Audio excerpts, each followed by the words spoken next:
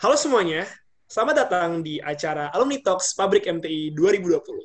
Aku, Fadil Kusuma, 1441808, di sini bertindak sebagai host kalian untuk acara hari ini. Nah, teman-teman, di acara hari ini kita kedatangan dua guest star yang luar biasa keren. Nah, harapannya bisa memberi insight-insight dan knowledge ke kita semua agar kita bisa makin ngerti nih sebenarnya gunanya atau benefitnya berada di keilmuan TI dan MR tuh apa. Untuk guest star-nya ada dua, Kak Ray, Rinaldi Satrio Nugroho, dan Kang Fahri. Mungkin operator bisa ditunjukkan slide-nya. Aku pengen ngasih brief introduction nih untuk masing-masing speaker kita. Nah, iya, ini Alumni Talks Pabrik MTI 2020. Next.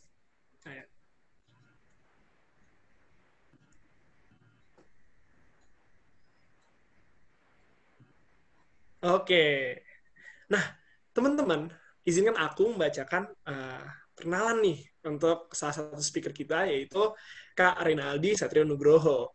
Tahukah kalian bahwa Kak Ray ini merupakan lulusan dari Teknik Industri ITB tahun 2014? Dan bisa dilihat nih dari yang terpaparkan di slide, banyak banget pengalamannya selama di masa kuliah dan yang berujung ke karir dia sekarang. Bisa kita lihat salah satunya menjadi Head of Mentor Curriculum di Integrasi ITB 2016, menjadi Head of Scholar Studies di MTI ITB pada tahun 2017 sampai 2018, jadi asisten juga di Lab Alposi pada tahun 2017 sampai 2018. Nah, untuk dunia profesionalnya, diawali dengan menjadi Material Trading Intern di GMF Aero Asia yang merupakan bagian dari Garuda Group. Dan yang menarik nih yang sampai sekarang, pada tahun 2019 menjadi Business Development Intern, dan sekarang berujung menjadi Operation Associate di Shopee. Nah, aku mau nambahin fun fact dikit. Tahukah kalian bahwa Kak Ray sendiri merupakan salah satu yang mengikuti program Global Leader Program di Shopee? Mungkin aku mau nanya dikit nih Kak Ray, bisa diceritain nggak sih Global Leader Program itu apa dan diawali seperti apa nih sampai kakak tuh bisa ikut programnya? Apakah harus jadi intern di Shopee kah atau gimana Kak? Nah, kalau untuk JLP sendiri, JLP itu basically MTA Shopee. Sebenarnya nggak harus mulai dari intern. Jadi ceritanya sebenarnya dulu sih intinya waktu lulus itu kayak ya udah coba cari kerja sementara dulu sambil nyari kerja-kerja lainnya. Makanya waktu itu jadi intern. Nah, along the way, sebenarnya dulu tuh daftarnya JLP dulu, baru abis itu daftar intern, karena JLP-nya nggak ada kabar. Ternyata memang application-nya nunggu agak lama dulu gitu, kayak berapa minggu atau sebulan gitu. Nah, abis itu sambil jalan udah nanya HR-nya, ini bisa nggak kalau intern sekaligus daftar JLP? Oh bisa, Rey. Oh ya udah, abis itu ada step-stepnya lah sampai jadi JLP itu ada beberapa round. Mulai dari ada online test, terus ada HR interview, ada LGD, ada case interview with managers, ada juga group interview gitu. Nanti kalau udah pas semuanya baru bisa lolos jadi JLP. Terus di dalam JLP sendiri itu nanti programnya 2 tahun, 4 kali rotasi ke departemen yang berbeda-beda, baru habis itu baru lulus dari JLP. Oh, kalau kayak gitu yang marketing project associate, operation associate itu sebenarnya part of GLP bukan nggak? Atau gimana? Betul, betul. Itu part of the rotation. Oh, berarti buat kakak sendiri bakal menjalani dua lagi ya? Uh, Betul. oke, oke. Kalau boleh tahu nih Kak, sebenarnya yang dirotasikan 4 tuh kan mungkin belum semuanya tahu tuh apa aja sih Kak? Kan ada marketing, ada operations, terus dua lagi tuh apa ya Kak? Mungkin bisa Hmm. di-elaborate. Jadi kalau rotasinya sendiri itu ada 2 tipe. Yang pertama itu local rotation, yang kedua itu regional rotation. Kalau local rotation itu di Indonesia sendiri, jadi ada 4 sebenarnya yang biasa dirotasi, yaitu yang pertama marketing, kedua operation, ketiga itu business development, dan yang keempat itu BI, business intelligence. Kalau regional rotation sendiri, biasanya sih pada dirotate ke produk, itu biasanya di Singapura.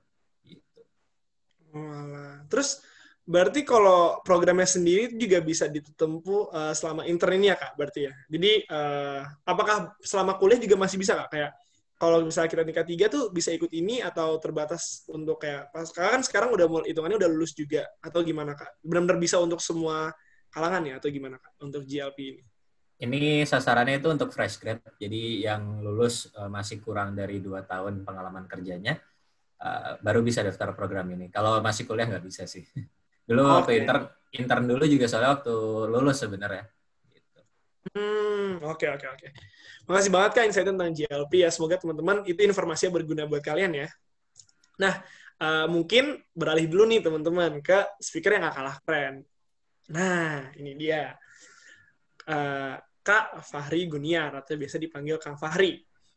Beliau lulusan di Manajemen Rekayasa ITB tahun 2013 dan mengikuti kalau nggak salah beberapa program internship di Stanford University pada tahun 2018 ini. Mungkin itu bisa diceritain juga abisnya. Nah, untuk Kang Fahri sendiri itu pernah menjabat menjadi ketua himpunan MTITB pada tahun 2016 sampai 2017. Nah, kerennya lagi teman-teman, setelah itu langsung menjabat menjadi Vice President di Kabinet KMITB. Setelah itu juga berarti ya, ikut menjadi bagian dari Young Leaders Indonesia Wave 9. Lalu di aspek profesionalnya menjadi project officer di Komodo Water dan sekarang menjadi manajemen trainee di VAS Indonesia. Kang Fahri mungkin mau nanya dikit, itu yang entrepreneurship Stanford tuh apa ya Kak? Bisa diceritain nggak? Nah, gitu. Boleh, boleh. Jadi kalau yang di Stanford ini sebenarnya kayak apa ya, semacam short program gitu, kayak ada summit. Jadi di sana waktu itu ada summit sekitar waktu 2 minggu di Stanford University. Dari Stanford itu ada satu organisasi namanya Access yang mereka itu fokus bagaimana sih startup di Asia Pasifik berkembang, dan mereka bikin summit mengundang mahasiswa-mahasiswa di Asia Pasifik yang tertarik di dunia startup buat ke sana dan discuss dan belajar bareng di sana kayak gitu. Jadi summit gitu ya bentukannya, terpilih dari kalau aku baca di LinkedIn Kakak sih salah satu dari 35 yang entrepreneur dari seluruh dunia gitu ya Kak ya? Oh, oke, menarik banget. Dan mungkin sekarang mau nanya dikit lagi Kak tentang Komodo Water. Aku pernah baca katanya, yang aku tahu ya, Komodo Water itu providing fresh water and ice kalau nggak salah ke daerah-daerah Nusa Tenggara. Itu benar nggak sih Kak? Dan asal muasalnya seperti apa sih Kak Komodo Water ini? Soalnya kan Kakak project officer gitu ya. Penasaran banget nih. Betul, betul. Jadi sebenarnya Komodo Water ini itu adalah inisiatifnya alumni TI yang udah lebih tua lagi dari saya. Kalian 2018, saya 2013. Yang punya Komodo Water ini adalah TI angkatan 2004, Mbak Shana Fatina. Ya, Mbak Shana Fatina ini kebetulan kenal juga karena apa ya? Saya yaitu di MTI cukup aktif, di kabinet juga cukup aktif, dan Mbak Shana juga aktif dulunya dan sempat ketemu. Jadi waktu itu sempat ditawarin untuk ngeran project-nya, pilot project ini di Labuan Bajo kayak gitu. Di sana kita bikin pabrik es dan air pakai tenaga surya di kayak pulau nelayan terpencilnya gitu di sana, di Pulau Papagarang namanya. Kayak gitu, itu kayak pilot project-nya lah. Jadi emang baru satu tempat, cuma emang rencananya emang pengen ekspansi ke daerah-daerah lain, pulau-pulau terpencil lain di Nusa Tenggara Timur lainnya. Jadi keren banget tuh Kak. Berarti itu dampak dari networking aktif di MTI berarti tadi ya? Sama Kak siapa tadi yang dari TI 2004 kalau nggak salah. Keren banget. Iya, Kan? betul. Oke. Tapi Kak, ini kan tertulis di sini tuh Januari 2019 sampai Februari 2020. Tapi untuk lanjutan dari program ini yang Komodo Water ini, apakah masih lanjut atau gimana Kak nasibnya sekarang? Masih. Jadi project officer ini semacam apa ya? Waktu itu saya emang kayak apa ya? Kayak emang pilot project banget. Jadi emang fokus buat di yang Papagarang ini. Sekarang yang Papagarang ini udah ada pabriknya, udah jalan operasionalnya. Sekarang ada project officer yang baru, di mana project officer yang baru juga ngeran project di Papagarang ini, sama sekarang lagi rencana expand juga buat ke daerah lain. Walah, keren banget. Oke. Jadi masih running juga dan harapannya bisa ngena ke lebih banyak pulau kasarnya gitu ya kayak. Betul. Oh, kemarin Komodo Water juga baru banget beberapa hari yang lalu dapat penghargaan dari King Sejong Prize. Itu ada penghargaan dari pemerintah Korea gitu buat social enterprise di seluruh dunia yang tackling environmental challenge. Dan Komodo Water ini bersaing sama beberapa company yang udah mungkin cukup lebih terkenal lah, kayak mungkin teman-teman tahu juga Waste for Change dan lain-lain. Dan kemarin Komodo Water menang, jadi mungkin emang akan direalisasikan juga ini ekspansinya. Oke. Good luck untuk Komodo Water berarti, keren banget, keren banget. Oke, satu lagi kali ya Kak, kalau boleh, tentang yang Leaders for Indonesia Foundation. Itu sebenarnya mungkin biar teman-teman pada tahu aja sih, YLI itu sebenarnya apa sih Kak? Boleh diceritain dikit nggak? Sama gimana rasanya Kak udah bisa ikut YLI pada Wave 9 berarti ya? Kalau boleh. Jadi yang Leaders for Indonesia ini apa ya, semacam leadership program yang diinisiasi sama McKinsey & Company. McKinsey & Company itu manajemen consulting yang apa ya, paling top lah di dunia gitu. Terus waktu itu emang apa ya, ini udah angkatan ke-9, jadi angkatan pertama itu emang diinisiasi sama Nadiem Makarim waktu beliau masih di McKinsey. Lulusan-lulusannya juga kayak ada Belva CEO Ruangguru, terus Dayudara yang dulu nge-build Go Live dan sekarang bikin Pinhome, startupnya sendiri juga. Ya, jadi di sini ada leadership program di mana kita belajar bareng sama orang-orang yang terpilih juga di seluruh Indonesia, sama lulusan-lulusan WLI sebelumnya dan juga konsultan di McKinsey kayak gitu. Programnya setahun 2 tahun Kak atau gimana?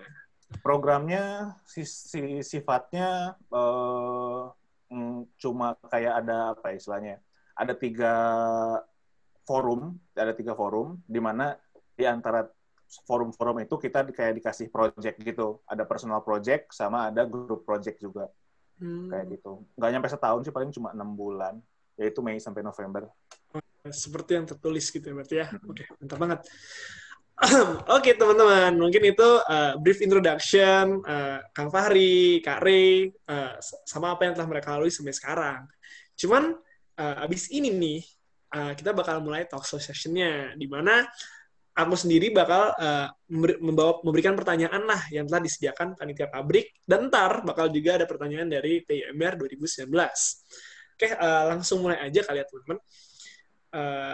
Jadi Kak, untuk sistemnya, aku bakal nanya ke kakak dua-duanya. Mungkin ganti-ganti aja ngejawabnya ya. Oke, dimulai aja. Pertanyaan pertama, buat Kang Fahri sama Kak Arey. Selama kakak kuliah, kan tadi kakak tuh udah ikut berbagai kegiatan. Kang Fahri dengan ketua himpunannya dan vice president KMITB-nya, terus habis itu Kak Arey juga dengan head of curriculum mentor, habis itu head of social scholars ya, aku judulnya lupa, di MTI juga. Dampak apa sih yang kakak rasa telah kakak berikan ke masyarakat selama mengikuti kegiatan-kegiatan di kuliah? Mungkin kalau misalnya ada kegiatan lain yang mau diceritakan juga boleh banget. Mungkin dari Kak Ray dulu. Kalau dampaknya ke masyarakat ya, sebenarnya waktu di kampus, gue tuh lebih banyak aktif di bidang pengembangan manusia sih. Dan itu mungkin fokusnya baik di mahasiswa. Tapi sebenarnya kalau misalkan dibilang dampak secara tidak langsungnya, dulu itu waktu sempat jadi Head of Scholar Studies di MTI, basically itu kajian keilmuan. Itu dulu sempat ngasih masukan untuk draft pernyataan sikap hari buruh di KMITB, karena waktu itu di TI juga belajar ketenaga kerjaan ada sempat di mata kuliah, terus kayak dicoba digali, ada K3 juga, K2LK ya, K2LK, terus kayak ternyata kita menemukan bahwa ada undang-undang yang sudah usang, undang-undang yang sudah usang tuh kalau nggak salah waktu itu saya ketahuannya dari perbandingan dengan penalti di kita dan di US masalah keselamatan kerja. Nah waktu itu karena ternyata memang kita nggak diupdate, seingat saya itu 1970, jadi dendanya tuh sekarang rasanya receh lah, orang udah ada banyak inflasi kan. Nah itu kayak akhirnya ngasih masukan ke tim kajiannya KMITB, Habis itu ya itu akhirnya sikapnya diangkat untuk segera mengupdate karena bisa jadi selama ini perusahaan tuh nggak mengindahkan yang namanya keselamatan kerja karena memang nggak ada punishment yang cukup juga buat mereka kalau mereka ngelanggar. Mungkin cost-nya lebih mending gue bayar denda kalau ketahuan dibanding gue menyediakan APD dan semacamnya kayak gitu.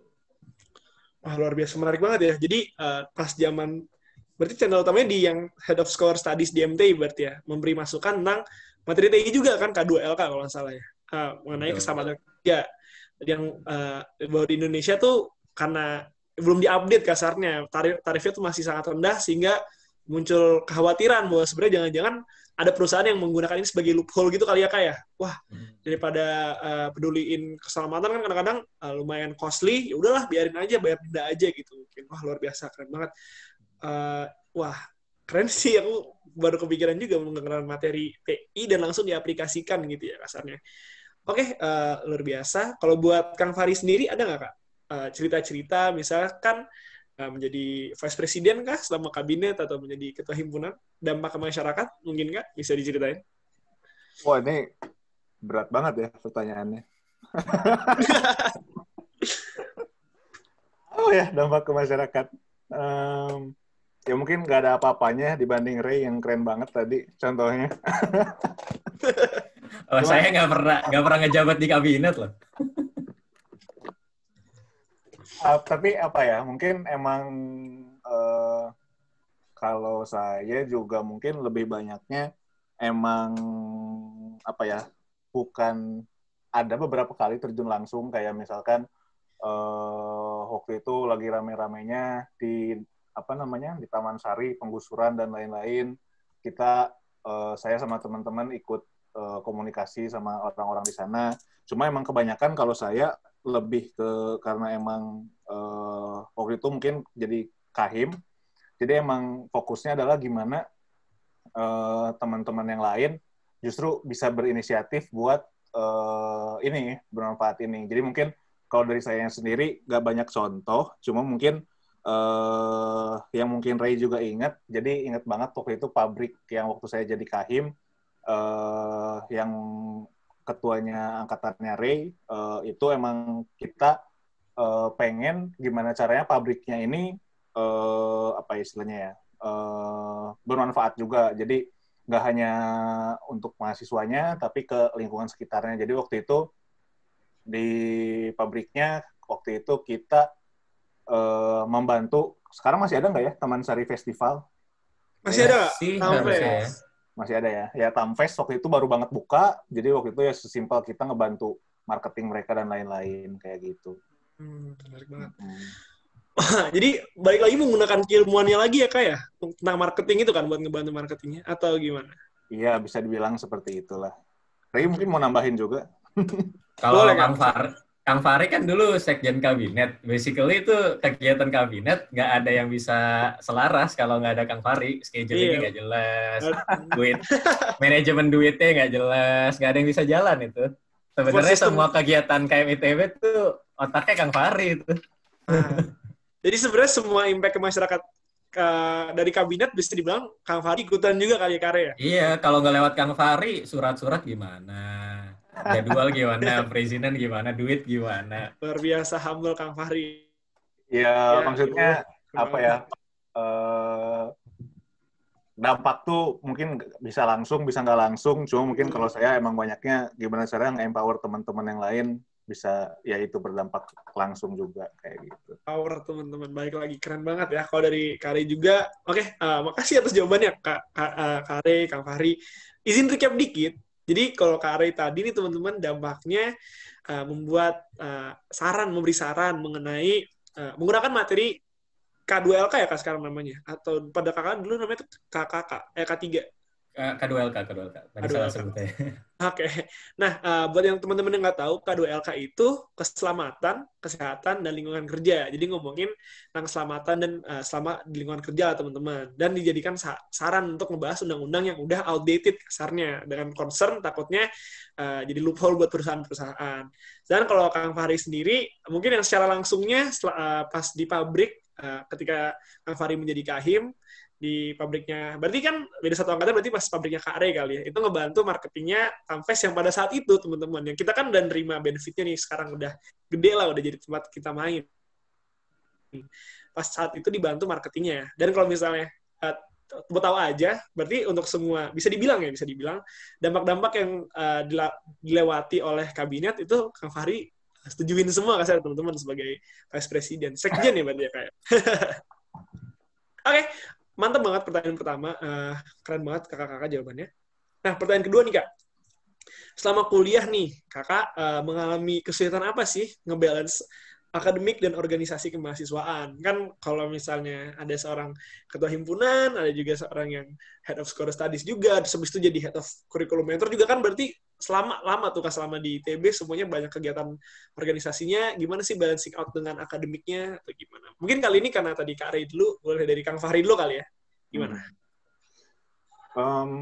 Kalau kesulitan, jujur kalau masa-masa kuliah biasa, kelas dan lain-lain gitu, apa ya? Kalau saya cukup mudah sih, maksudnya balancing-nya sesimpel kalau saya yang penting kalau misalkan di kelas emang fokus untuk belajar, jadi emang apa ya, di kelas nggak tidur dan nggak ngobrol dan nggak apa, tapi emang fokus belajar, mendengarkan dan interaksi dengan dosennya, sehingga waktu-waktu di luar kelas emang bisa digunakan untuk tadi berkemahasiswaan, berkegiatan yang lainnya.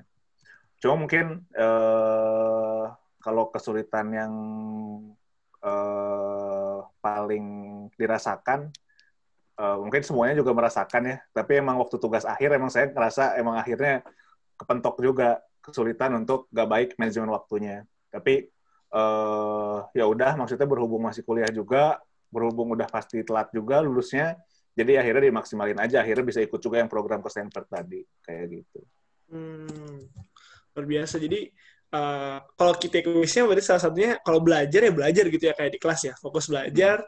Cuman ya mungkin bebannya tugas akhir tuh emang kadang-kadang aku belum tahu sih, belum ya, semoga yang ya kayak gitulah kasarnya, bebannya lumayan berat sih, tapi ada juga bisa ikut yang ILI berarti tadi ya. Oke, kalau buat Kak Ari sendiri gimana Kak mengenai balancing out akademik sama organisasi kemahasiswaan? Gimana ya? Kalau saya dulu lebih ke arah, saya tuh orangnya pokoknya kuliah tuh tujuannya cuma dua sih. Maksudnya kalau untuk akademik ya, yang pertama itu pass the bare minimum. Ya maksudnya ya udah yang penting nggak ancur-ancur amat lah nilainya. Yang kedua, kalau saya pengen belajar ya saya mau belajar gitu. Jadi maksudnya kalau misalkan saya ada ngerasa nih ilmu menarik gitu, ya udah saya pelajarin. Jadi motivasi saya kalau nggak belajar ya yang penting nilainya nggak ancur-ancur amat deh gitu aja. Jadi dari dua ini sebenarnya saya agak pragmatis sih. Jadi kalau misalkan saya senang sama pelajarannya, ya walaupun itu nggak ada di materinya, ya saya coba kulik-kulik sendiri lagi. Kayak misalkan dulu sempat suka sama yang namanya OMPI gitu, misalkan Organisasi Manajemen Perusahaan Industri. Ya udah itu benar-benar dikulik-kulik. Mungkin kalau di kuliahnya cuma cetek, saya coba baca-baca lagi gitu di HBR, misalkan Harvard Business Review. Terus kayak coba tabrakin lagi emang teorinya masih valid atau enggak. Dulu juga saya suka psikologi industri, marketing gitu. Itu saya cari sampai di luar kuliah. Saya nggak, ya kalau kuliahnya mah yang penting saya sesuai sama apa yang akan keluar di ujian. Gimana cara tahu yang keluar di ujian? Saya baca dulu. Ini dosen biasanya ngeluarin soal tipenya kayak gimana, tipe dosennya gimana. Yang soalnya apa ya? Saya ngerasa yang penting disesuaikan dengan tujuan masing-masing sih. Dan saya mencoba cari cara paling efektif, efisien buat mencapai si nilai itu gitu. Mantap. Gitu. Tapi ya dengan cara yang halal lah, nggak nyontek. Betul lah Kak. Tapi kalau dibilang saya kayak Kang Fahri, enggak. Saya malah kebalikannya, saya di kelas suka tidur sebenarnya. Kalau serius. Saya kalau udah kayak capek banget, misalkan semalam format apa, ya saya di kelas mungkin cuma untuk absen gitu. Saya mungkin bisa tidur di kelas, tapi balik lagi end goal-nya apa? Saya mau belajar ilmunya. Yang kedua, saya mau dapat nilainya gitu. Kalau misalkan emang nih kelas yang tipe-tipe saya mau dapat nilainya doang, let's say ya, karena kayak menurut saya ya udahlah, yang penting saya belajar ngeri konsepnya, sisanya yang penting nilai. Ya udah mungkin saya bisa tidur di kelas, terus saya cari-cari materinya lagi yang inti-inti aja, ya udah baru saya belajar gitu. Inti-inti itu misalkan dari rangkuman teman atau dari catatan tahun lalu atau dari soal tahun lalu atau apalah itulah. Gitu sih. Jadi ya I think kalau style saya waktu kuliah sih gimana cara ngebalance ya? Ya saya sesuaiin ke tujuan saya lagi, masalah mencapainya ada jalan lah, entah dari teman atau gitu. Saya baik dibantu teman sih, to be honest. Jadi saya juga bantuin teman-teman saya kalau mereka minta. Secara halal. Secara Ya, secara halal. Tentu. Jadi mau nambahin, jadi boleh Kang. Nggak yang dibilang Ray juga, jadi saya selalu rajin masuk kelas dan selalu belajar kayak gitu. Tadi saya bilang, saya ketika di kelas selalu belajar itu benar. Cuma, ya berarti kalau misalkan saya lagi nggak mau belajar di kelas, saya nggak masuk sama sekali. Kayak gitu.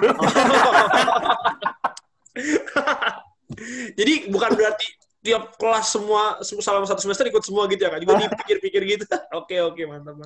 Tapi tadi benar juga yang kata Ray, maksudnya, how to spark interest dari belajar di kelas. Mungkin kan kayak ada hal-hal yang mungkin kalau di kelas kayak boring gitu ya. Cuma emang benar tadi kayak kata Ray, ya benar kita dulu ingat banget, sering banget diskusi kayak di himpunan, kayak diskusi tentang, misalnya ada baru banget ada artikel dari Harvard Business Review atau dari MIT SMR, terus kayak gimana nih kita bisa mengaplikasikan ini di MTI, jadi kayak keep things interesting aja sih, kayak gitu. Iya, jadi. Terus mindset saya itu. Job desk saya waktu saya menjabat. Scholar studies ya, benar. Iya, luar biasa. Berarti itu juga berlaku untuk organisasi nggak sih, Kak atau Kang ya? Maksudnya ngomongin passion lagi gitu kan. Tadi kayak kalau aku tangkap dari Kari kan berarti kalau misalnya apakah bare minimum atau emang interest di materi itu. Kalau yang tadi Kari kan kompi sama Sikin berarti ya, psikologi industri kan. Berarti itu juga berlaku untuk organisasi gitu kali ya. Mungkin passion-nya juga gitu. Iya nggak sih atau gimana?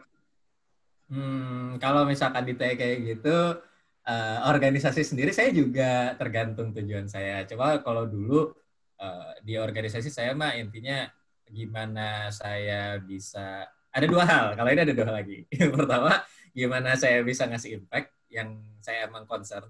Yang kedua, gimana caranya supaya saya bisa bersenang-senang. Oke, jadi dibagi 2 lagi. Dibagi 2. Tapi kalau organisasi saya coba dua-duanya selalu ada. Makanya saya selalu milih jalan yang menurut saya dua-duanya itu ada. Makanya saya nggak pernah jadi presiden, nggak pernah jadi kahim, pokoknya saya nggak pernah yang jabatan top position lah. Makanya kalau misalkan dilihat di mentor bukan jadi kepala sekolah ya, tapi jadi ngerancang kurikulumnya. Soalnya seru gitu, sama ada impactnya gitu. Waktu di MTI juga kalau jadi kahim kayaknya nyari suara masuk kayak ribet dah. Ya udahlah waktu itu kayak susah menangnya. Ya udah mendingan saya majuin orang yang saya tahu orangnya kayaknya bisa ada advantage-nya gitu dibanding calon lain dan ada unique selling point-nya gitu untuk ngegerakin massa gitu kan. Saya tinggal ride the bus aja, ya udah akhirnya jadi gitu. Keren banget nih sampai strategi berorganisasi juga tertata rapi juga gitu ya. Harus ada fun-nya tapi juga give impact luar biasa. Mungkin kalau di film saya kayak Jack Sparrow kali, ya udahlah jalanin aja yang penting saya seru. Iya, keren banget loh itu. Terus go a long way banget nih sampai sekarang jadi global itu gitu ya. Oke, makasih lagi untuk Kang Faris sama Kak Ray. Lanjut ke pertanyaan ketiga. Nah, ini nih udah mulai bisa agak beda soalnya TI dan MR. Pertanyaannya, bagaimana sih penerapan keilmuan dan pola pikir TI untuk Kak Ray dan MR buat Kang Fahri dalam pekerjaan saat ini? Apa manfaatnya serta dampak yang diberikan ke lingkungannya? Kalau tadi kan selama kuliah ya Kak, mungkin maksudnya sekarang tuh ngomongin gunanya pola pikir yang dibentuk selama 4 tahun, lalu dampak yang diberikan karena menggunakannya seperti apa Kak? Mungkin bolak-balik lagi aja sekarang Kak Ray dulu berarti. Bagaimana sih Kak dampak menggunakan, bagaimana penerapannya ilmu-ilmu TI dalam pekerjaan Kakak saat ini? Dan sama di antar ujungnya kayak apa sih dampak yang udah diberikan ke masyarakat di level kerja, berarti kan sama kuliah. Itu sih, Kak. Oke. Mungkin kalau saya pribadi, saya lebih suka disebut menggunakan pola pikir TMRI ya. Kenapa? Karena sebenarnya lucunya saya ya, kan saya udah bilang saya motivasi kuliah tuh kalau nggak melewati bare minimum, ya saya belajar karena saya suka gitu kan. Sebenarnya saya tuh banyak nyomot ilmu MRI selama di TA saya gitu. Waktu di TA saya itu saya banyak sebenarnya tentang market research juga, tapi digabung sama operational research yang ada di TI. Jadi waktu itu saya TA-nya tentang optimasi harga lah. Gimana caranya menentukan harga yang pas supaya revenue-nya pas. Itu optimasinya pakai ilmu TI. Itu ada operational research. Tapi gimana cara tahu faktor yang mempengaruhi si harga ini bisa sampai ke revenue, itu saya waktu itu belajar yang namanya market research juga, yang mungkin ilmu-ilmunya selama ini lebih kencang di MRI gitu, permodelan statistik ya. Jadi saya sih asal saya suka, saya pakai aja. Jadi mungkin saya TI yang agak murtad ke MRI, tapi kalau di mata anak MRI saya masih TI gitu. Iya, iya, Nah, iya. jadinya uh, jadinya saya itu waktu di kerjaan saya tuh orangnya cukup fleksibel ya. Jadi kalau misalkan kerjaan saya itu membutuhkan pola pikir yang lebih ke arah operasional, harus continuous improvement, itu saya aplikasiin. Tapi dalam konteks kerjaan, in the end of the day itu tuh masalah nggak semuanya bisa diselesaikan dengan pola pikir yang diajarkan di TI gitu, yang continuous improvement. Ada masalah yang memang harus innovate dari something, dari zero gitu, yang harus di-reset dulu, ini pain point-nya di mana, gimana cara fix-nya gitu. Itu dua-duanya saya kepake sih untuk di kerjaan. Mungkin kalau contoh, jadi ada yang saya coba pakai pola pikirnya, ada yang saya pakai ilmu konkretnya gitu. Kayak misalkan contoh dulu waktu saya di business development intern, dulu saya bertanggung jawab untuk market research dari warung-warung. Jadi saya tuh ada di tim yang Mitra Shopee. Jadi Mitra Shopee itu kalau misalkan teman-teman pernah dengar Mitra Bukalapak, itu jadi intinya warung-warung sekarang bisa jualan lewat aplikasi ya Bukalapak, namanya Mitra Bukalapak gitu. Nah, Shopee bikin juga. Tapi we want to do something better kan. Jadi kita research gitu, kira-kira kurang apa lagi sih yang nggak dimiliki kompetitor gitu kan. Bisa di fix apa lagi pain point saya, itu saya pakai pola pikir MRI, kuesionernya saya bikin pakai MRI. Tapi saya tahu kalau dalam konteks e-commerce things going very fast, jadi saya nggak mungkin serobas approach-nya anak MRI. Akhirnya saya adaptasi dari yang tadi akademik banget jadi praktikal kayak gitu. Jadi saya cocokin lah sama konteksnya. Itu waktu business development intern. Waktu saya sekarang di operations, saya menggunakan sebenarnya saya menggunakan ilmu scheduling yang mungkin ada di selamanya operational research. Jadi kebetulan intinya karena satu dan lain hal saya butuh realokasi manpower. Terus saya coba, ini kayak orang-orangnya pusing gitu di lapangan, ini gimana cara ngejadwalinnya nggak ketemu-temu gitu. Supaya orang-orangnya tetap bisa dapat libur.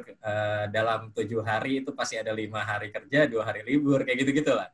Itu OR banget kan.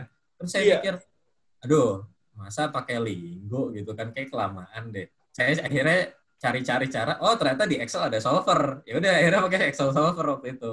Lebih cepat lah, tinggal pakai rumus-rumus Excel, masukin, udah jadi gitu. Terus saya bilang, ini bisa kok jadi, ini tinggal ditransfer. Oh iya iya, thank you Ray, thank you Ray.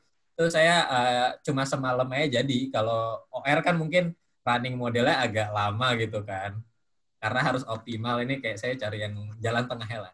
Jadi intinya ilmu-ilmu yang di kuliah bisa dipakai, tapi in the end of the day harus disesuaikan dengan konteksnya lagi. Itu kalau ilmu yang hard skill-nya ya. Tapi banyak juga hal-hal yang sifatnya mindset gitu. Kayak misalkan kalau mau tackle problem, cari dulu dong root cause-nya apa gitu. Mana faktor yang bisa nyelesain masalah paling banyak, tapi dia itu diselesainya bisa paling cepat gitu. Impact effort matrix, mana yang dilakuin terlebih dahulu tapi impactnya paling gede, mana yang paling nggak diprioritasin. Jadi 2 hal sih, dari hard skill, ilmu konkretnya bisa diadaptasi lagi, dan dari pola pikir efektif efisien itu diaplikasiin, impactnya lebih bisa banyak lagi dalam waktu yang lebih panjang. Wah, luar biasa, luar biasa. Jadi keren banget bahwa knowledge yang perlu dipikirin lagi itu sebenarnya ilmu-ilmu kita tuh kepake loh. Cuman harus disesuaikan lagi sama kondisi berarti ya kayak yang tadi ya. Lebih itu guna banget nih pola pikir mindset yang tentang mungkin efektif dan efisien, continuous improvement, terus itu ya pola untuk mencari back to the customer gitu kan, manajemen rekayasanya gitu, kayak selalu fokus ke konsumer. Keren banget dari Kari. Kalau misalnya dari Kang Fari juga nih ada cerita cerita juga nggak Kak, kayak penerapan nih selama di dunia kerja menggunakan pola pikir MR, tapi kalau misalnya TI juga boleh Kak, gimana? Mungkin bisa ceritain. Mungkin ya nambahin sedikit aja dari Ray. Mungkin yang paling kerasa banget manfaatnya, yang paling saya sadari itu dengan kuliah di MRI dan juga belajar dari teman-teman yang TI, kita kayak apa ya, terbiasa menganalisis sesuatu itu dari end to end gitu. Jadi kayak benar-benar menyuruh segala hal, dan itu sangat kepake banget. Jadi kalau ceritanya gimana, jadi peran saya sekarang ini di FIS sebagai manajemen trainee, walaupun sama-sama manajemen trainee sama Ray, tapi beda lah kastanya sama JLP yang keren banget lah JLP. Jadi kalau di saya tapi manajemen trainee itu saya emang lebih apa ya, lebih emang involve ke, kalau Ray tadi ada kayak setiap berapa bulan rotasi. Kalau saya emang setiap hari dirotasi. Jadi emang setiap hari saya ngelakuin segala aspek dari bisnisnya kayak gitu. Jadi karena emang apa ya, walaupun manajemen trainee bagian dari founding timnya juga, kayak kita masih bersepuluh sekarang. Jadi sekarang perannya itu sangat luas gitu. Kayak satu hari saya discuss hal-hal yang strategik sama si level di FIS, kayak misalkan diskusi sama investor kayak gimana, concern-nya kayak gimana, hal-hal yang harus diperhatikan apa. Dan di satu sisi peran saya yang lain adalah gimana caranya saya terjun langsung ketemu sama orang-orang di rural area, terus ngobrol sama koperasi-koperasi di di lapangan langsung lah, dan gimana cara mensintesiskan dua hal tersebut dari strategic levelnya sampai hal-hal yang terjadi benar-benar di lapangan, disintesis jadi sebuah ide yang bisa kita eksekusi kayak gitu. Dan ya itu sih mungkin yang paling kerasa manfaatnya. Dan mungkin tadi menambahkan saya yang Ray juga benar banget, kalau misalkan keilmuan kita sangat kepake. Kayak tadi misalkan saya dalam ngobrol sama koperasi-koperasi, langsung kepikiran dulu biasanya saya ngelakuin market research kayak gimana dan lain-lain. Cuma emang mungkin kita saya sama Ray sama-sama di dunia startup di mana pace-nya sangat kenceng. Jadi kalau misalkan kita pakai yang robust sesuai dengan yang kita belajar di kuliah, kayak akan ketinggalan banget semua kompetitor kita. Jadi mungkin emang harus kita adaptasi gimana caranya practical tapi tetap convincing. Kan maksudnya keilmuan kita tuh dibuat proses-prosesnya agar bisa convincing untuk meyakinkan orang-orang juga kan. Jadi gimana praktikal tapi tetap convincing kalau misalkan hal yang kita lakukan itu adalah hal yang benar, kayak gitu sih. Oh, menarik banget. Jadi susah juga ya Kak, end to end, terus habis itu praktikal dan convincing. Kak, mungkin cerita dikit yang tentang FIS itu sebenarnya apa Kak? Kayak tadi kita ke-skip, belum cerita. FIS Indonesia itu apa? Jadi FIS Indonesia ini kita startup yang baru berdiri di akhir tahun lalu, 2019. CEO-nya itu ex-vice president dari Gojek. Kita berusaha untuk mendigitalisasi koperasi. Jadi kita ingin memberikan financial inclusion, akses finansial ke underbanked population melalui koperasi kayak gitu. Iya. Oke, keren banget. Jadi, Mas tadi tuh ngomongin ngobrol-ngobrol sama koperasi dan menggunakan keilmuan TMR gitu ya, Kak? Wah, oke. Jadi, itu teman-teman, recap lagi kalau misalnya dari Kak Ray, ngomongin hard skill-nya itu sangat kepake, tapi perlu diberi konteks, dan soft skill mengenai pola pikir yang efektif dan efisien. Tapi kalau dari Kang Fahri sendiri ngomongin looking big picture-nya, end-to-end-nya seperti apa, dan ya seperti tadi banyak ngomongin aplikasi penggunaan market research, sama operational analysis juga, berarti OR, berarti operational research. Berarti.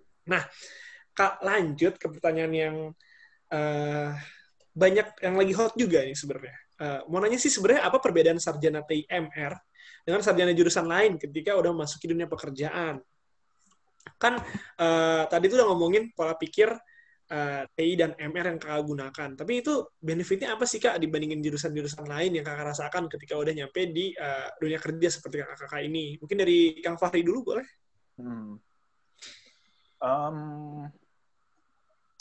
Apa ya? Mungkin saya nggak bisa banyak membandingkan karena di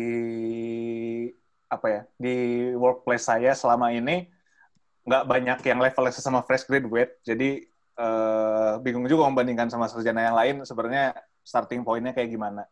Cuma mungkin ada satu yang membedakan, dan ini mungkin saya nggak tahu general atau misalkan case khusus doang, tapi salah satunya mungkin kalau dibedakan sama business major, keunggulan kita adalah yang tadi kita punya kita lebih terbiasa dalam melakukan research atau apa-apa itu melakukan dengan proses yang robust. Jadi kita udah tahu yang robustnya seperti apa. Jadi punya modal yang lebih baik untuk mengconvince orang bahwa prosesnya ini benar kayak gitu. Mungkin itu sih kalau yang saya ini. Mungkin Ray bisa lebih banyak menambahkan. Sekarang nanya dikit ya, Kak? Selipin dikit. Sebenarnya mungkin yang tadi kita belum benar-benar bahas kan ini buat teman-teman TMR 19 juga. Sebenarnya what to expect dari yang dibilang pola pikir TMR tuh seperti apa sih? Mungkin kan kalau aku kan udah setahun juga nih belajar di MR kan. Jadi kayak udah mulai relate nih pola pikir yang digunakan. Cuman mungkin Kare berarti ya bisa ngejelasin juga sebenarnya pola pikir yang ingin banget ditanemin untuk seorang sarjana TIMR itu seperti apa, dan baru ntar lanjut ke yang menurut Kari sendiri benefit yang didapat dibandingkan jurusan-jurusan lain sih, Kari. Mungkin kalau Kang Fari juga mau nambahin, mangga aja. Silakan, Kak. Kalau dari saya sih, ada 3 kata yang menggambarkan TIMR ya kalau secara keilmuan. Efektif, efisien, sama holistic. That's it. Kalau misal itu kan secara approach ya. Tapi in the end of the day, TIMR itu adalah sarjana yang sifatnya itu fokusnya itu lebih ke arah improvement engineer sebenarnya, improvement engineer. Jadi gimana caranya we make things better, either from scratch itu dari MRI biasanya, or through continuous improvement itu dari TI. Kalau dirangkum menurut saya kayak gitu. Dan benefitnya apa? Dari efektif, efisien, holistik dengan tujuan kita itu improve things, entah itu sistem, entah itu produk atau apapun itu, objeknya banyak. Adalah kita tuh punya fleksibilitas yang tinggi di lapangan kerja sih. Kenapa? Karena kita bisa ngelihat masalah dari berbagai angle, terus kita bisa tackle mana yang paling banyak impact-nya gitu. Jadi misalkan ini saya coba cari ya yang gini deh. Misalkan kalian ini kalau misalkan dalam konteks teknologi ya. Tadi kan kita udah ngomong ya kalau misalkan ujung-ujungnya yang dipelajarin di kuliah dan di lapangan itu harus diadaptasi lagi gitu, harus disesuaikan lagi dengan konteks. Nah, enaknya kalau emang benar-benar jadi sarjana TMR yang punya mindset ya dari keilmuan adalah kita fleksibel gitu. Misalkan kamu di marketing. Belum tentu masalah yang kamu selesaikan itu hubungannya cuma sama marketing. Tapi hubungannya bisa sama operations, bisa sama business development. Contoh, misalkan kita di marketing menjual, ini saya nggak pakai kasus Shopee, saya general aja. Saya mau menjual produk A ini bagus, bisa dipakai A, B, C. Terus tiba-tiba banyak komplain terkait, ini A-nya klaimnya nggak terbukti, B nggak terbukti. Waktu ditarik masalahnya ternyata ada masalah di lini produksi. Jadinya nggak sesuai sama janji. Padahal dari tim produksi udah janjiin ke tim marketing, ini bisa di market kayak gini, karena spek-speknya tuh udah kayak gini. Jadi masalahnya sebenarnya bukan di marketing, tapi di operation, kebayang nggak? Gitu. Cuman kenanya pas awal exposure ke marketing gitu ya kata dia. Iya, karena marketingnya pasti begitu campaign tiba-tiba diserang balik, sentimennya malah negatif, kok kayak gini gitu. Ternyata ada misalignment antara tim operation sama tim marketing. Jadi kebayang nggak? Ada hal-hal yang harus dilihat dari bigger picture ya. Atau misalkan paling gampang deh, kamu misalkan ada di supply chain management gitu. Terus kamu mikir, gimana caranya ngirim barang tepat waktu, paling murah, dan barangnya nggak rusak gitu kan. Tapi misalkan ngirimnya udah memenuhi 3 hal itu, tapi bisa aja secara respon dari pelanggannya tuh satisfaction-nya masih nggak bagus. Waktu ditelaah lagi ternyata gara-gara si produknya ini memang dari sana ya, seller ya, let's say si penjualnya ini itu nggak sesuai janji dia, ngirim barangnya bukan sesuai yang dijanjiin ke customer. Itu kan masalahnya berarti di manajemen seller ya kan, kebayang nggak? Benar. Iya, iya, iya. Tapi yang dapat komplain mungkin orang lapangan ya gitu, orang yang nganterin ya, ini kok nggak gini gitu. Bisa jadi orang manajemen sellernya nggak denger, karena masalahnya yang denger itu orang-orang di lapangan on the ground. Kebayang. Jadi, Jadi all of things itu interconnected lah sebagai sebuah sistem. Itu yang kita maksud holistik. Lihatnya sebagai sebuah sistem gitu, semua interconnected. Itu keuntungan kita sih. Bisa ngelihat secara bisa notice gitu kali ya Kak. Jadi ketika dapat masukan atau apa bisa ngeliat lagi sebenarnya ini masalahnya siapa, apakah ini benar masalah kita sehingga kita harus tackle atau sebenarnya ada problem di tempat lain gitu ya Kak ya. Dan mungkin kita harus bantu juga gitu, harus bantu tim lain gimana caranya supaya kita bisa escalate masalah ini dengan tepat. Kita ngasih tahu ini concern di lapangannya kayak gini, jadi lo nggak bisa kayak gini. Jadi stakeholder manajemennya juga harus kuat gitu. Jadi oke. Keren banget berarti keren banget tadi recapnya. Efektif, efisien, holistik ya kalau kata Kak Ray sendiri. Oke, mantap. Kalau dari Kang Fahri ada pendapat juga tentang generally pola pikir TMR tuh apa sih? Itu gimana Kang?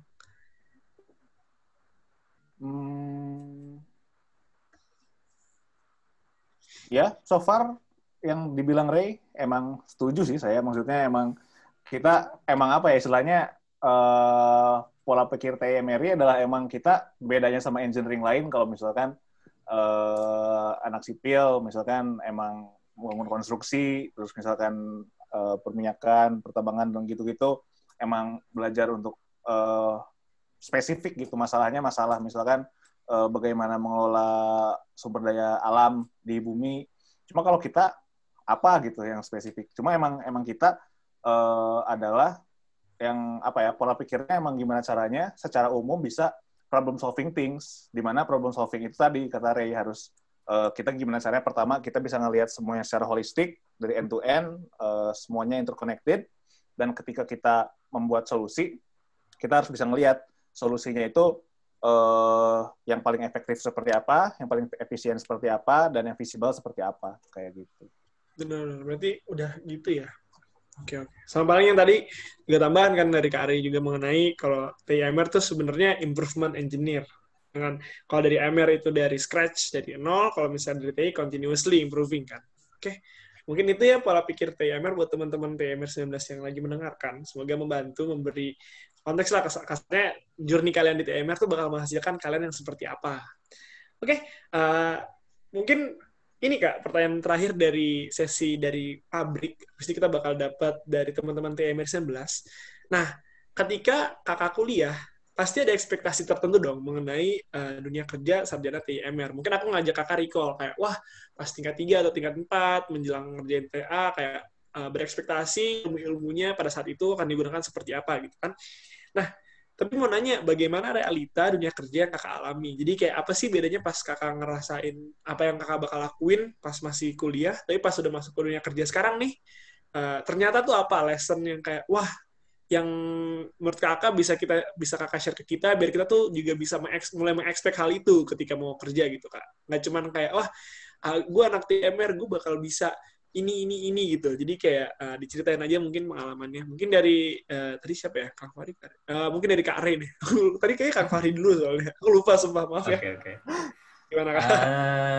Kalau yang dirasain di realita, gini, in the end of the day, the realistic things that you can expect. Itu sebenarnya kalian lulus, kita kan tadi kayak keren gitu ya, bisa ini, bisa itu, bisa ini. In the end of the day, we are all stupid lah sebagai fresh grad. Just admit it gitu. We are all stupid. Kamu tuh apa? Kamu belum pernah ngelihat konteks dunia kerja. Kamu pernah ngobrol sama developer. Kamu pernah ngobrol sama seller brand gede. Enggak juga gitu. Experience itu nol. Mau udah ikut leadership program atau apa, oke, itu membantu lah. Tapi in the end of the day kita bukan expert sama sekali. Jadi you must stay humble gitu waktu lulus. Banyak hal yang masih harus dipelajari di lapangan. Bahkan nih ya, kalau misalkan kita nggak stay humble ya waktu kita lulus ya, misalkan gini deh, saya kasih studi kasus. Saya pun juga pernah mendapatkan ya gitu waktu saya jadi intern. Jadi pernah waktu itu saya dapat tugas yang cukup administratif lah. Administratif itu apa? Saya waktu kan saya tadi bilang ya, market research atau apa. Itu yang turun ke lapangan untuk ngecek juga saya gitu. Jadi yang ngeplan saya, yang turun saya gitu. Jadi saya yang panas-panasan juga gitu di lapangan. Jadi kayak ada dirty work lah ibaratnya. Terus kalau misalkan saya bilang saya ngecek kompetitor kayak gimana, ya I do the dirty work gitu. Saya waktu itu mainan aplikasi kompetitor gitu, saya cek ini flow-nya gimana, saya petain lagi manual gitu, saya cek. Kenapa? Karena memang itu hal yang harus dilakukan gitu. Kalau mau diselesaikan dalam jangka waktu pendek gitu. Bisa aja sebenarnya saya let's say melakukan web scraping gitu, bisa. Tapi dalam jangka waktu pendek yang lebih efektif itu. Nah, itu harus apa ya? Kita harus stay humble supaya dirty work itu tuh bukan sebagai suatu hal yang kita anggap sebagai aduh gue lulusan sarjana masa disuruh kerjaan admin kayak gini, bukan itu. Tapi kita coba lihat masalahnya. Kalau emang bisa diselesaikannya lebih efektif dengan manual, do it manually. Tapi kalau kalian tahu bisa diimprove, kalau kalian stay humble, itu bisa diimprove juga. Kayak misalkan yang tadi deh scheduling. Itu schedulingnya bisa dilakukan secara manual kan sebenarnya, tapi mungkin nggak ketemu-temu nih di tim lapangan. You as an improvement engineer gitu kan. Itu kalau stay humble, awalnya ngelakuin manual, tapi lama-lama kan bisa ketemu solusi apa, bener nggak? Kalau kalian telaah lagi. Nah, dari situ baru di-improve gitu. Karena kerjaan admin tuh banyak yang bisa di-automate juga kalau kalian mau aplikasiin skill kalian gitu. Gitu. Jadi menurut saya sih realitanya nggak semua pekerjaan itu akan sesuai dengan apa yang dipelajari selama ini dengan ekspektasi kita. Yang penting stay humble. Kita itu udah di-equip dengan mindset, tinggal lebih adaptif aja lah di lapangan. Berarti menarik tuh ya, kayak jangan pernah ngerasa udah pinter gitu kayak always willing to learn, terus ya knowledge itu ya anggap equipment, tapi ya belum, kan kita bener kata kakak juga sih, belum, ya mungkin aku dan teman-teman juga belum ngerti apa-apa lah kasarnya. Mau fresh graduate juga kan belum nyentuh banget dunia kerja gitu. Jadi kalau dari kakak sendiri ya stay humble, ya gunakan equipment yang udah digunakan, tapi always willing to learn gitu. Kalau dari Kang Fahri gimana? Kayak ekspektasi pas dulu, terus tiba-tiba pas terkena oleh realita dunia kerja, apa sih yang menurut kakak bisa kita saranin ke kita, kayak apa sih yang menurut kakak Kang di kitanya udah harus dimulai dipikirin bahwa ya ekspektasinya jangan kayak kalian nggak, kalau misalnya tadi kan kata Kari jangan ogah ngelakuin dirty work gitu kan. Kalau Kang Fahri gimana seperti apa? Mungkin apa ya, saya setuju banget sama Ray sejujurnya. Jadi mungkin mau nge-expand sedikit dari yang Ray. Jadi bener banget yang namanya fresh grade itu bodoh lah. Jadi apa ya, bener harus kayak stay humble dan kayak menyadari bahwa apa ya, selalu ada room for learn and grow dari segala hal kayak gitu. Cuma mungkin dari sisi itu kita harus balance juga gimana caranya kita merasa kita bodoh, tapi tadi kita tetap harus punya confidence bahwa kita emang apa ya, udah di-equip dengan hal-hal yang bisa membuat kita apa ya, fleksibel dan bisa beradaptasi dengan segala hal. Karena di dunia kerja apa ya istilahnya, kamu udah nggak disuapin lagi. Jadi kayak kalau kamu nggak step up, kamu nggak akan apa ya, nggak akan maju. Jadi emang kita harus humble, tapi kita juga harus confidence untuk step up. Jadi kayak step up bahwa kita bodoh, tapi kita mau belajar untuk melakukan hal ini kayak gitu. Jadi jangan apa ya, jangan pernah menutup kemungkinan bahwa kita nggak bisa dalam menghadapi sesuatu kayak gitu. Terus apa sih implikasinya dari hal ini? Jadi mungkin salah satu hal yang paling penting karena kita bodoh ketika lulus adalah emang salah satu peran yang paling penting menurut saya dan udah saya rasakan juga, itu emang peran apa ya, adanya orang yang bisa kita jadikan role model atau bisa kita jadikan mentor, kita jadikan teman diskusi untuk how we navigate the workplace, how we develop our career, how we give impact in our position right now. Jadi setelah kita tahu kita bodoh, tapi kita harus step up, kita juga harus seek guidance ke orang yang tepat kayak gitu. Mungkin itu sih yang mau saya tambahin dari yang Ray tadi. Oke. Berarti tetaplah merasa humble, tahuilah bahwa pas lulus tuh masih pasti semuanya gimana pun juga, masih bodoh lah, masih harus banyak belajar, tapi don't forget to be confident ya Kak, sama ya seek guidance, kayak how can I improve gitu kali ya, bisa dibilang gitu guys. Oke. Benar banget sih. Kurangin egonya, jangan pernah ngerasa mentang-mentang performa di kuliah bagus, nggak ada yang bisa di-improve lagi, padahal dunia kerja tuh baru mau mulai gitu kan kasarnya. Betul. What gets you here won't get you there. Oke, mantap. Wah, aku izin nulis dulu ya, itu keren. What gets you here. Keren. Suka what gets you here, what gets you there. Oke, itu teman-teman yang mau nulis silahkan. Nah, tapi sayang sekali waktunya sudah habis nih buat sesi. Kan tadi udah curang dong, Panitia Publik udah nanya banyak banget nih. Aku total hitung ada 5 pertanyaan. Nah, sekarang lanjut ke sesi berikutnya, di mana Panitia Publik telah menghimpun pertanyaan, menghimpun nggak tuh? Menghimpun pertanyaan-pertanyaan dari teman-teman TIMR 19.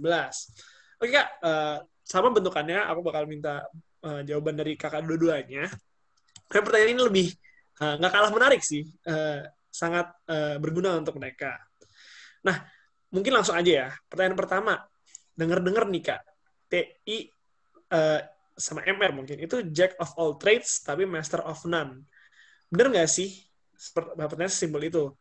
Apakah karakteristik tersebut jadi sebuah strength point atau enggak? Mungkin kan tadi Kakak udah ngebahas tentang yang holistik, yang mana pola pikir kan. Cuman mungkin secara apakah yang kita dipelajarin kan hard skill yang kita di-equip juga, apakah benar-benar seperti Jack of all trades tapi Master of none atau gimana Kak? Mungkin ini juga berlaku buat MR ya Kak, soalnya aku asumsikan dua-duanya sih yang Jack of all trades itu. Mungkin dari Kang Fahri gimana rasanya Kak? Apakah benar statement itu?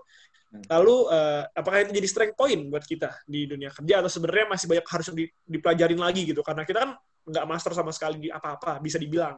Apakah kita harus benar-benar belajar lagi sehingga itu menjadi weakness, apakah itu strength? Itu sih Kak, Bang. Silakan Kang Fahri.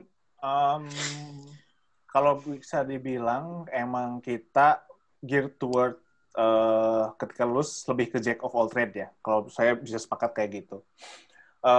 Tapi kalau misalkan dibilang itu jadi strength atau weakness, balik lagi ke gimana kita menyikapinya. Dan gimana juga kita mau mengembangkannya, apakah tetap jadi Jack of all trade, kayak saya sekarang, atau kayak ada teman saya juga, dia maksudnya dia seangkatan sama saya, maksudnya outputnya berarti kurang lebih sama, cuma dia sekarang emang sekarang ada yang fokus dia ke emang mempelajarinya business intelligence, ada yang dia fokusnya sekarang menjadi port economist. Jadi apa ya, setelah kamu lulus, kamu emang Jack of all trade, tapi jalan kamu mau tetap jadi Jack of all trade, kayak mungkin saya sama Ray yang jadi manajemen trainee kan kita emang rotate dan emang kontribut ke semua departemen, mungkin Jack of all trade. Tapi kalau misalkan teman-teman mau mau jadi master di sesuatu, juga nggak menutup kemungkinan. Jadi apa ya, kalau dibilang strength atau weakness, tergantung kamu sendiri. Kamu pengen jadi yang mana, dan setiap ini punya pros and cons masing-masing. Kayak gitu. Jadi pas lulus tuh bener Jack of all trades. Cuma untuk tetap jadi Jack of all trades kayak Kang Fahri atau Kare itu pilihan, atau tapi juga bisa memilih untuk specialize kayak yang tadi business intelligence segala macam gitu ya Kak ya? Oke, tapi kalau dari mungkin sebelum ke Kare, dari Kang Fahri sendiri, berarti modalnya tuh cukup ya Kak untuk mempermudah nggak sih, atau justru ada beberapa hal yang ketika kita mau branching out nge-specialize itu benar-benar nggak diajarin? Kebayang nggak maksudnya? Apakah 3 tahun kasarnya di TIMR ini benar-benar cukup untuk benar-benar ngasih kita fondasi ke kemana-mana kasarnya? Itu gimana Kak? Boleh diceritain Kak? Kalau menurut saya apa ya, ini tuh lepas dari kita lulusan TIMR atau apa, cuma emang ketika kita mau sesuatu, emang kita harus punya the ability to adapt to something. Jadi mau kamu bekalnya cukup, mau bekalnya nggak cukup, ya emang kamu harus adaptasi. Kayak gitu kalau menurut saya ya. Kayak gitu. Oke. Sesimpel itu kali ya Kak ya? Kalau emang mau ya gasin aja, jangan, ya maksudnya jangan ditunggu disuapin kasarnya gitu kali ya. Oke, kalau dari Kari sendiri, makasih ya Kang Fahri ya. Kalau dari Kari sendiri, masalah tentang TIMR as a Jack of all trades, Master of none. Setujukah? Dan apakah itu strength point? Silakan Kari. Saya setuju kalau lingkungan membentuk kita jadi seperti itu. Tapi saya nggak setuju kalau kita harus stay kayak gitu. Jadi memang kurikulum TI dan MRI ini mengajarkan kita jadi membentuknya seperti itu secara langsung maupun tidak langsung. Tapi ada faktor diri kita kan, kita maunya gimana. Sebenarnya bisa aja ngambil spesialisasi gitu di hal yang kita suka banget gitu. Jadi sebenarnya kalau misalkan mau di googling, kalau saya nggak salah ingat, udah lama sih saya waktu itu belajar ya. Kalau nggak salah tuh ada yang namanya T-shaped skills lah. Jadi intinya ada ilmu-ilmu yang nggak terlalu dalam, tapi merata gitu di semuanya. Tapi kamu punya satu spesialisasi yang dalam, gitu. Makanya bentuknya T. Gitu. Nah, T-shaped skills. Nah, menurut gue sih bagusnya kita tuh selalu punya T-shape gitu sih. Ada yang kita emang suka banget, emang kita passion banget, itu dalaminnya terus di situ. Tapi jangan lupa semuanya tetap harus kita pelajarin gitu. Karena itu riding the wave aja, udah dibentuk TMR kayak gitu, masa nggak dimanfaatin gitu. Itu kan beda kita sama yang lain. Tapi at the same time, kalau di era modern sekarang yang mau saya tambahin ya, sebagai jack of all trades, sebenarnya sekarang orang rata-rata udah jadi jack of all trades juga gitu. Tapi mereka, walaupun jurusannya spesialisasi, kenapa? Sekarang udah banyak informasi gitu, udah ada internet, udah ada banyak channel untuk belajar gitu kan. Jadi sebenarnya kalau dibilang TMR itu satu-satu yang bisa jack of all trades, enggak juga. Saya punya teman yang jurusannya itu kimia, spesifik banget gak tuh kimia gitu. Iya. Belajar reaksi, gugus, apa sih namanya? Reaksi, gugus, terus kayak karbon, ikatan karbon, apalah itu. Iya, Nah, iya. tapi dia internnya itu di e-commerce. Terus dia itu pernah jadi Dunlop.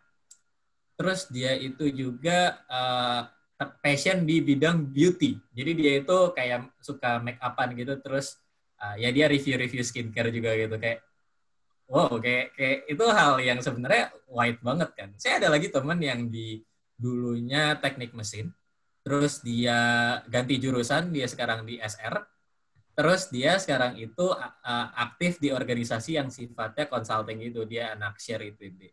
Ya, kalau di trace ketahuan sih orangnya siapa, tapi saya malas nyebut namanya. Tapi intinya, zaman sekarang tuh udah biasa lah orang multidisiplin kayak gitu. Nah, sekarang pertanyaannya, kita sebagai TMRI, orang lain bisa. Berarti kita harus bisa sebaliknya juga. Kita yang tadi jack of all trades, kita coba cari satu spesialisasi. Menurut saya gitu sih. Balik ke T-shape lagi ya, Kak? T-shape. Oke, berarti kalau bentuknya kayak sisir juga nggak apa-apa sih, jadi dalamnya banyak gitu. Banyak ya. Oke. Tapi keren. Nah, berarti itu insight teman-teman. Yang jadi concern tuh kalau kita tetap cuma jadi jack of all trades tuh sebenarnya banyak. Udah gampang buat orang lain tuh jadi jack of all trades juga. Jadi alangkah baiknya kita juga yang kayak tadi bisa sisir, bisa T-shape, pokoknya dalemin lah beberapa hal yang emang kita passion gitu kali ya teman-teman ya. Oke, makasih buat Kak Ray dan Kang Fahri, seperti biasa, luar biasa jawabannya, keren banget. Nah, ini nih, nomor 2 pertanyaan yang menurut aku ngegambarin gitu sih. Jadi kan, tadi tuh kita ngomongin jack of all trades gitu kan, terus Kak Ray juga udah ngomongin kayak, wah, teman-teman gue banyak yang variatif gitu. Nah, sebenarnya ini, seberapa beragam sih pekerjaan dari teman-teman Kak Ray dan Kang Fahri? Jadi kayak kita tuh mau nanya sebenarnya seberapa luas prospek kerjanya alumni TMR. Jadi temennya yang dimaksud tuh TI dan MR ya, Kak. Jadi kayak pengen tahu kalau misalnya Kak Ray sama Kang Fahri kan bisa dibilang manajemen trainee gitu-gitu yang masih fokus ke belajar semuanya. Tapi kan kalau misalnya Kang Fahri tadi udah jelasin ada yang business intelligence, ada yang apa-apa, pengen tahu aja sih sejauh apa yang kita bisa capai sebagai lulusan seluas berarti, bukan sejauh. Seluas apa yang bisa kita capai sebagai lulusan TI dan MR. Mungkin dari teman-teman kakak sendiri lah kasarnya, apa aja sih yang menjadi kerjaan mereka. Mungkin dari Kang Fahri sekarang. Seluas itu sih, kayak literally bisa kemana aja. Kayak teman saya tadi ada yang kerjanya jadi ekonomis, ada yang dia emang akhirnya fokus ke business intelligence, ada yang dia kerjanya sekarang di studio musik, jadi kayak project manajernya gitu. Ada yang dia sekarang jadi masuk ke digital marketing, terus kayak apa ya, managing brand ambassador gitu. Ada juga yang banyak banget lah, sebutin satu-satu kayaknya kebanyakan. Tapi intinya Nggak ada habisnya bentar nggak ada habisnya. Iya. Tapi kalau dari yang luas-luas itu ya Kak, yang bikin mereka bisa menurut Kakak kesana tuh apa sih sebenarnya? Apakah pola pikirnya atau gimana Kak? Jadi kayak yang menyebabkan tuh apakah ya gimana sih, kayak maksudnya aku kan jujur aku tertarik mendengar project manager di studio itu tuh menurut Kakak sebenarnya kenapa sih bisa sampai kayak gitu? Apakah karena emang basic pola pikirnya lalu dia level kayak gitu? Maksudnya the base reason kenapa kita bisa sejauh itu menurut Kang Fahri apa? Kayak gitu. Kalau menurut saya sih, saya selalu ini ya, selalu berpegang. Kalau ada kemauan pasti ada jalan gitu. Jadi gimana pun background-nya, mungkin kita emang apa ya, kita punya senjata adalah kita punya pola pikir problem solving yang general. Gimana caranya kita apapun kondisinya kita terbiasa melihat sesuatu secara holistik. Gimana caranya kita problem solving mencari solusi yang benar-benar tadi efektif dan efisien. Cuma mungkin PR-nya adalah mengadaptasikan, karena kita general, jadi kita masih punya PR juga untuk mengadaptasikan pola pikir ini ke kasus-kasus khusus lainnya, kayak gitu. Jadi, apa ya, kalau dibilang punya modal, iya punya modal, tapi balik lagi ke kitanya sendiri ada kemauan nggak, dan ada apa ya, istilahnya grit-nya nggak, ada willingness to learn-nya, karena pasti tadi ada sesuatu hal lagi yang lain, yang baru yang harus kita pelajarin lagi juga, kayak gitu. Biasa, jadi kayak modal plus keinginan, grit untuk ya memperjuangkan mimpinya gitu kali, kayak balik lagi ke sana. Oke, mungkin kalau Kari gimana teman-temannya, apakah ada yang lebih unexpected lagi Kak? Mana gitu kerjanya atau gimana? Wah, saya ada satu tuh teman. Dia kayak semua jenis pekerjaan di dunia ini dicobain gitu. Bukan artinya dia pindah-pindah karir ya. Jadi dia tuh kerja di ERP, kayak startup gitu, yang dia nyediain solusi enterprise IT lah gampangnya. Jadi buat integrasi bisnis prosesnya, jadi itu ada sistem informasinya. Tapi dia juga trading saham, tapi dia juga jualan asuransi, tapi dia juga punya bisnis F&B. Tuh bayangin tuh, itu satu orang. Itu karena bersamaan dia gitu Kak? Sorry. Bersamaan. Teman dekat saya ini, bersamaan. Dan dia itu di luar itu masih ada freelancing juga, karena dia kan udah ada pengalaman tuh di ERP. Jadi dia juga ngerjain project-project yang ERP tapi atas nama sendiri lah. Gitu. Jadi kayak sebenarnya se-fleksibel itu selama tadi balik lagi punya grit. Coba pekerjaan dia sebanyak itu gimana caranya? Dia punya pacar loh, masa nggak pacaran? Nggak kayak saya, kalau saya mah waktunya bisa buat kerja full gitu kan. Atau berbagi kayak gini. Saya mah single gitu kan, nggak bisa. Itu jokes ya, tapi intinya asal punya grit, saya sepakat banget sama Kang Fahri. Itu sebenarnya banyak hal yang bisa kita explore gitu. Kita bisa nyobain semuanya. Saya nggak bilang kita bisa excellent di semuanya, tapi kita bisa nyoba semua asal punya grit gitu. Itu contoh satu orang doang. Kalau misalkan dicek-cek lagi, teman-teman saya sih ada yang di manajemen trainee, di Unilever ada, L'Oreal ada, di GLP ada kelas saya masuk berdua sebenarnya, ada anak MT lagi yang angkatan bawah. GLP ada, Unilever ada, L'Oreal ada, Fish ada tuh Kang Fahri. Terus di consulting BCG ada, consulting tadi udah, MT udah. Coba jenis pekerjaan di dunia ini kamu sebut deh. Market research, data analytics kayak ada. Business intelligence juga ada berarti pasti ya? Ada kelas saya itu masuk di iShopee baru. Business development ada, marketing ada marketing. Kan kalau Unilever dia MT-nya itu spesifik ya, departemennya satu doang, nggak di-rotate. Dia di-rotate-nya lebih ke arah brand apa ke brand apa, atau tim sales di mana gitu. Tapi jobnya sama gitu masih di sana, cuman pindah marketing brand. Berarti bener-bener kemana-mana ya Kak? Grid gitu ya? Fokus ke grid bisa kemana? Angkatan saya ada yang nambang batu bahkan. Lah, dia sama dia kayak temannya Ray tadi yang pertama, dia segala hal dijabanin. Nambang batu, jualan bean bag, jualan saya tahu orangnya ini. Saya tahu orangnya. Luar biasa. Berarti passion lagi kali ya, balik lagi kayak Kak. Ingin mengusahakan semuanya dijabanin juga emang, wah keren banget sih. Mau fokus di satu hal doang sampai dalam banget juga bisa. Itu emang itu ya teman-teman TMR 19 kayak bisa dilihat nih dari teman-temannya alumni-alumni luar biasa kita nih, potensi kita tuh limitless lah. Kalau kalau kata orang tuh we can be anything not everything kali ya, bisa dibilang seperti itu. Gitu. Mungkin itu sih untuk kebayang teman-teman ya. Makin lihat kalau sebenarnya emang kita tuh bisa kemana aja. Cuman balik lagi ke grit sama willingness to learn dari kita masing-masing. Nah, mungkin menutup sesi ini dengan pertanyaan terakhir yang template sih, tapi semoga useful. Oke, Kak mau nanya, Kak, tips dan trik dunia kerja atau untuk bisa dapat pekerjaan, apalagi kondisi kayak gini, Kak. Kayak apa sih yang harus kita develop sekarang, atau mungkin kalau misalnya, ya pokoknya saran-saran aja yang kayak bisa membangun kita untuk memudahkan kita mencari pekerjaan di masa depan gitu, Kak. Apalagi kan kondisinya sekarang kita lagi pandemi nih, mungkin Kakak juga ada saran baru lah, kayak kalau misalnya seperti ini, harus seperti apa. Mungkin untuk Kak Ray, silahkan. Basically gini, saya coba tarik ke hal yang lebih big picture ya. Cari kerja tuh sebenarnya apa sih? Itu kan sebenarnya supply demand ya. Gimana cara perusahaan itu punya permintaan untuk talent yang dia butuhkan, dan sebagai supply tenaga kerja kita cocok atau enggak sama demand ya. As simple as that. Gitu kan. Ya kalau kita mengambil kacamata supply demand tadi, sebenarnya in the end of the day prinsipnya sama, cocokin diri kamu sama demand-nya. Simpel kan? Sekarang tinggal kamu lihat trennya, demand-nya sekarang kayak gimana, kayak gitu. Kalau lagi pandemi kayak gini, berarti demand-nya butuh orang apa coba?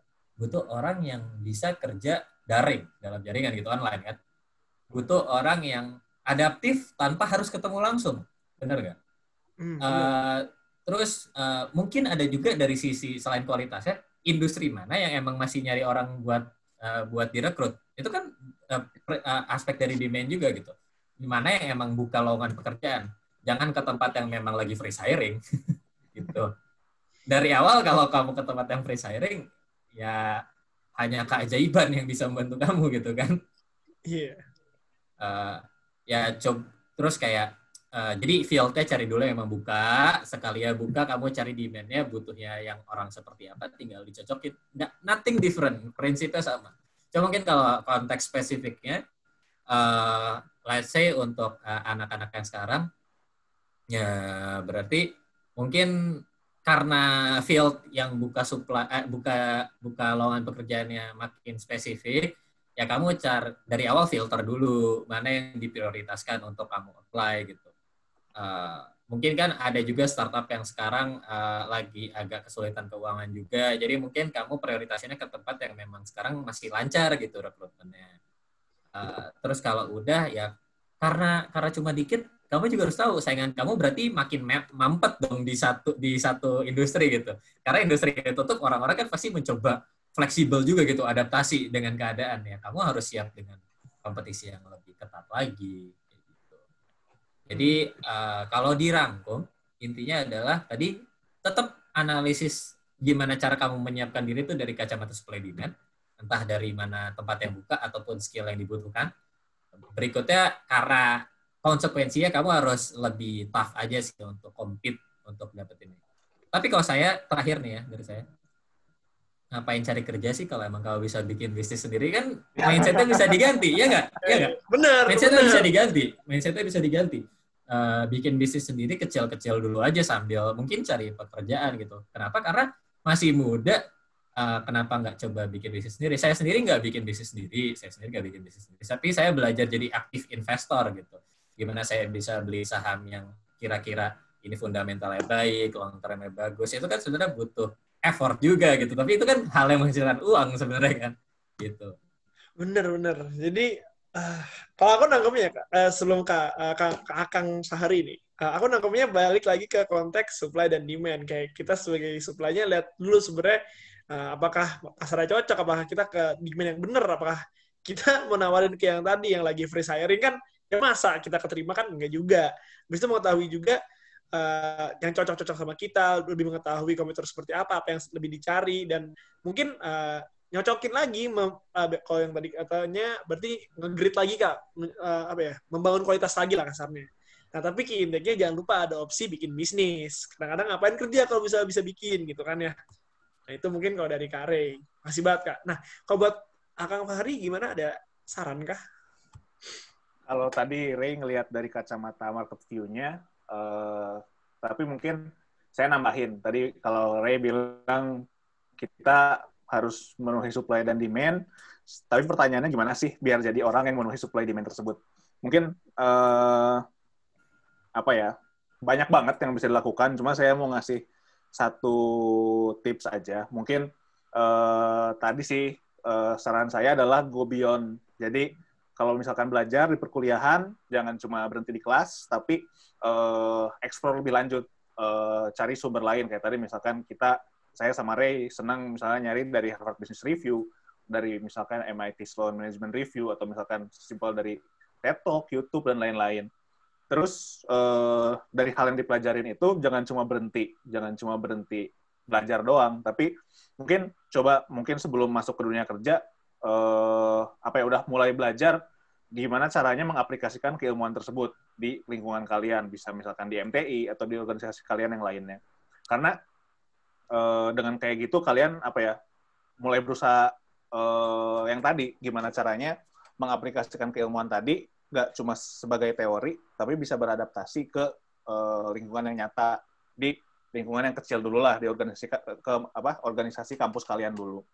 Dan di sana yang saya rasakan, karena ya kebetulan saya alhamdulillahnya sempat merasakan itu dengan jadi Kahim di MTI, emang itu jadi cerita yang selalu saya ceritakan dan yang menarik buat orang-orang ketika let's say interview lah. Jadi selalu yang menarik itu ketika saya di MTI, saya ngelihat MTI itu sebagai bisa dibilang plastisin lah. Kayak sebenarnya MTI itu kayak organisasi yang bisa dibentuk kayak gimana pun kita mau, tapi mirip banget sama startup menurut saya. Dimana kalau startup mungkin sekarang kayak saya sekarang di FIS kayak ada uncertainty, apakah benar produk yang kita buat sekarang bisa diterima oleh market.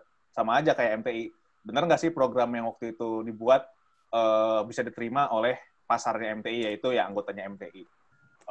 Masih relevankah sehingga bisa survive? Jadi hal-hal kecil kayak gitu sebenarnya nantinya bisa diaplikasikan ke skala yang besar lagi ketika kalian sudah lulus, kayak gitu sih mungkin. Jadi go beyond dan aplikasikan yang kalian pelajari di lingkungan kalian, kayak gitu. Saya boleh nambahin dikit ya? Ini menarik nih. Masalah go beyond. Saya mau share sedikit pengalaman pribadi ya.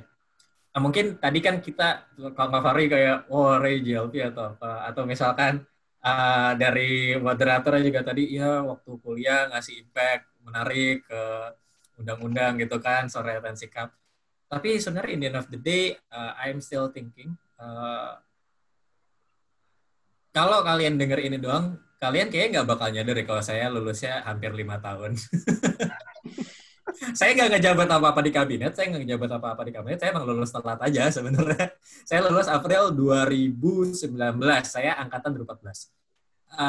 Jadi masalah grade go beyond tadi, kalau misalkan saya waktu lulus telat itu ngerasa, wah saya inferior dibanding teman-teman saya yang lain, saya ya udahlah saya kerja biasa aja lah, kayaknya emang saya nggak prospek atau apa. You need to bounce back itu. Mungkin teman-teman di sini sekarang ada yang kondisinya, saya nggak tahu TPB gimana, ini buat anak-anak yang lagi di Ofjur. Mungkin TPB kalian IP-nya 2, atau berapa, saya nggak tahu. Mungkin beberapa ada, saya nggak tahu sekarang kayak gimana. Tapi kalau kalian mau coba, pelan-pelan aja, bounce back itu bisa kok gitu. Dimanapun stage hidup kalian. Kayak misalkan tadi kan Fahri, ketika memang manajemen waktunya tadi diakui mungkin kurang baik gitu dalam mengerjakan TA-nya, malah dapat YLI, malah sempat ke Stanford gitu. It's not a bad thing gitu. Jadi bukan hal yang buruk kalau lulusnya itu nggak tepat waktu dibanding teman-teman kalian gitu. Saya sendiri juga ketika lulus 4,5 tahun, saya langsung coba cari kerja juga kan, intern waktu itu. Walaupun agak disuruh orang tua juga, tapi ya udah saya ambil intern dulu. Tapi sambil jalan, saya benar-benar belajar macam-macam dari teman-teman saya yang udah di dunia kerja. Gimana sih kalau misalkan interview kerja gitu. Saya reach out ke teman-teman saya. Ini fun fact, teman kosan saya itu lulusnya setahun lebih cepat dari saya. Jadi saya 4,5 tahun, dia 3,5 tahun. Dan dia teknik mesin. Jadi kalau saya waktu itu tenggelam dalam ketertinggalan saya, ya saya nggak bisa saya nggak bisa jadi kayak yang sekarang juga gitu. Dan itu mindset yang saya coba bawa terus selama di dunia kerja. Kerjaan saya juga saya nggak selamanya saya excel gitu. Ada bagian di mana saya salah banget juga ada, tapi ya saya harus bounce back dan uh, akhirnya reviewnya oke juga waktu di rotation marketing pertama kemarin walaupun sempat ada yang nggak serak lah, tapi akhirnya oh ya ini bagus Ray gitu akhirnya kayak gitu. So itu coba dipupuk sejak kuliah, entah itu akademik, entah itu organisasi. Kalau kalian gagal sekali, cobain lagi kayak gitu. Walaupun mungkin hasilnya nggak sekarang, tapi toughness itu yang bisa bantu kalian nanti waktu lulus nanti. Gitu sih. Oke, jadi jadi selalu try to bounce back, nggak usah buru-buru, dikit-dikit kali kalau kata Kare itu di tambahan terakhir yang mengenai ya jangan terpuruk dalam kesedihan kali kasarnya ya. Jadi maksudnya selalu try to do more, do better, go beyond gitu kan, kayak kalau digabungin sama yang kata Kang Fahri. Nah, sayangnya teman-teman, karena pertanyaan dari TMR 19 juga sudah habis, jadi kita udah ada di penghujung acara nih. Aku sendiri sebagai host kan hari ini pengen bilang makasih ke Kak Rey sama Kang Fahri udah mau sharing-sharing dikit, ngejawab pertanyaan-pertanyaan dari pabrik, dari TMR 2019 juga. Dan harapannya buat kalian yang sedang mendengarkan ini bisa mendapatkan lesson lah kasarnya dari kedua speaker yang luar biasa hebat ini. Mungkin untuk acara alumni Talk Pabrik MTI 2020 sampai di sini dulu. Saya Fadil, izin pamit undur diri.